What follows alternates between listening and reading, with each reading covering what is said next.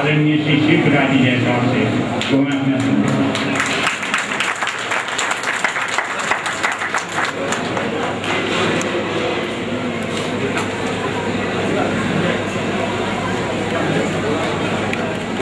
हमारे देश के संसद कार्य मंत्री, हमारे बड़े भाई, दक्षिण भारत के नेता थे ही उत्तर भारत के भी नेता श्री नारायण स्वामी जी,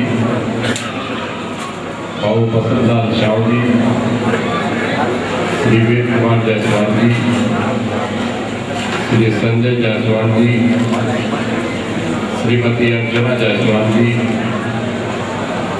श्री गोरख प्रसाद सांसद जी, श्रीमती रमा देवी सांसद जी, श्री मनजीत सिंह कपड़ोता जी,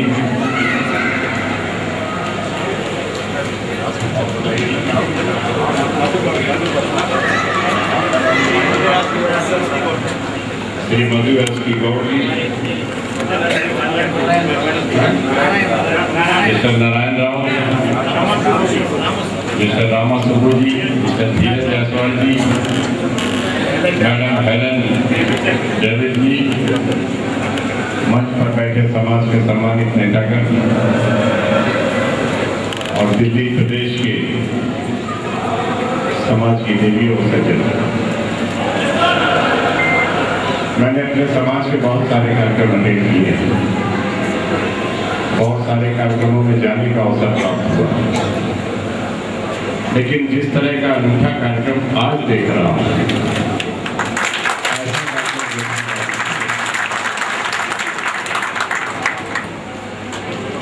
किसी कार्यक्रम की शोभा संख्या बल के आधार पर नहीं होती, मात्र इस बात का है कि उस कार्यक्रम में कितने महत्वपूर्ण लोग सम्मिलित हुए हैं और उस कार्यक्रम के माध्यम से समाज में संदेश दिया जाता है। आज के इस कार्यक्रम के माध्यम से जो संदेश जाएगा, मैं समझता हूं ऐतिहासिक संदेश। किसी को भी ये पता न रहा होगा कि उत्तर भारत के अलावा दक्षिण भारत में भी हमारे समाज के लोग रहते हैं। किसी को ये पता न रहा होगा कि पुडुचेरी और चेन्नई में भी हमारे समाज के लोग रहते हैं, तमिलनाडु में भी हमारे समाज के लोग रहते हैं। तो आज हमारे परिवार का विस्तार हुआ, समाज का विस्तार हुआ, समाज के लोगों में एक आत्मविश्वास जागा है कि हमारा समाज एक ऐसा समाज है जो पूरब से पश्चिम और उत्तर से दक्षिण तक बसता है। शायद ही कोई ऐसा समाज हो जो पूरब से पश्चिम तक और उत्तर से दक्षिण तक बसता हो। यहाँ तक कि कहा जाता है कश्मीर से कन्याकुमारी, तो कन्याकुमारी की वाली है। तो इससे एक आत्मविश्वास हमारे समाज के लोगों में बढ़ा होगा और ये संदेश जाएगा कि अगर हम लोग वास्तव में एकजुट होकर कार्य करें तो समाज का भी कल्याण कर सकते हैं और राष्ट्र का भी कल्याण कर सकते हैं।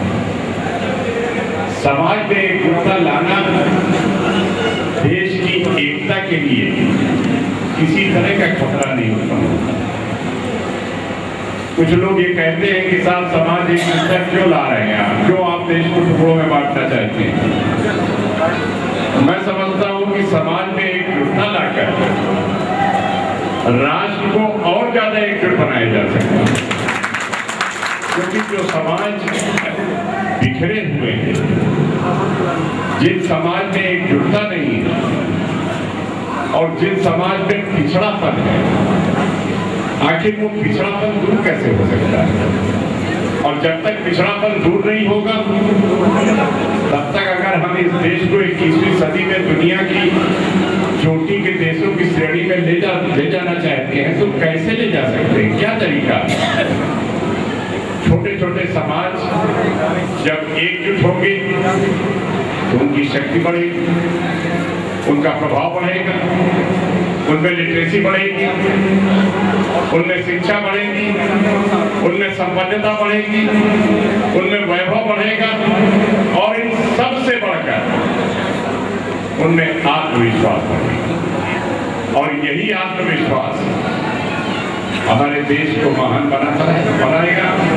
यही आत्मविश्वास हमारे देश को एकजुट बनाएगा और यही आत्मविश्वास हमारे देश को विकसित देशों की श्रेणी में ले जाकर खड़ा कर सकता है। इसलिए मेरी यह मान्यता है कि समाज को जितना एकजुट बनाया जाए उतना ही समाज विकसित होता है, और अगर समाज विकसित होता है तो स्वाभाविक रूप से राष्ट्र विकसित होता है।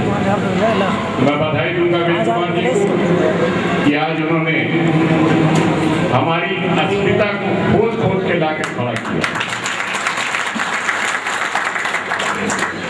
ये इतना बड़ा कार्य था कि कोई भी इस कार्य को अंजाम नहीं दे सकता। अपना समय खर्च करना, अपना धन खर्च करना, बाबू बसंत लाल जी ने जिस तरीके से 15 रोज 20 रोज इस पे लगाए और गए दक्षिण भारत में लोगों से संपर्क किया, बात की, उनको आमंत्रित भी किया, उनका पूरा परिचय भी लिया।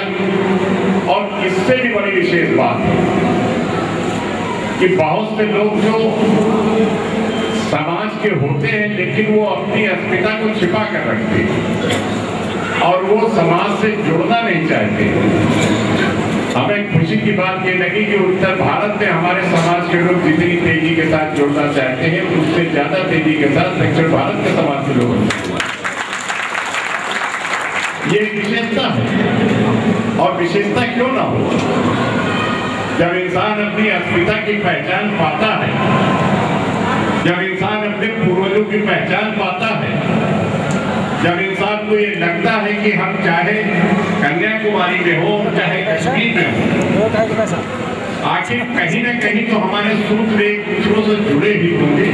चाहे वो 1000 साल पहले जुड़े हो, चाहे वो 2000 साल पहले जुड़े हो, चाहे वो 500 साल पहले जुड़े हो। तो जब उस जुड़ाव को आदमी पहचानता है तो कहीं न कहीं भावनात्मक लगाव उजागर ही हो जाता है। और वही भावनात्मक लगाव हमारे साउथ इंडिया के जितने सांसद हैं इनको खींच कर लाया है। वही भावनात्मक लगाव बसंत लाल जी और वेद कुमार जी को खींचकर साउथ इंडिया ले गया कि जाकर वहाँ पहचान करें, शिनाख्त करें कि हमारे समाज के लोग कहाँ कहाँ पर हैं, किस किस नाम से और कितने वो प्रतिभा संपन्न हैं।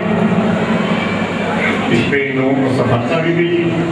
उस सफलता का फल हम लोग चख रहे हैं।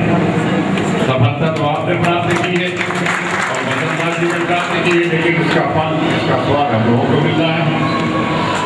हम उम्मीद करते हैं कि हम सब एकजुट होकर अपने समाज को एकता के सूत्र में बांधेंगे। अपने समाज में जो तमाम कुरीतियां हैं उन कुरीतियों को दूर करेंगे।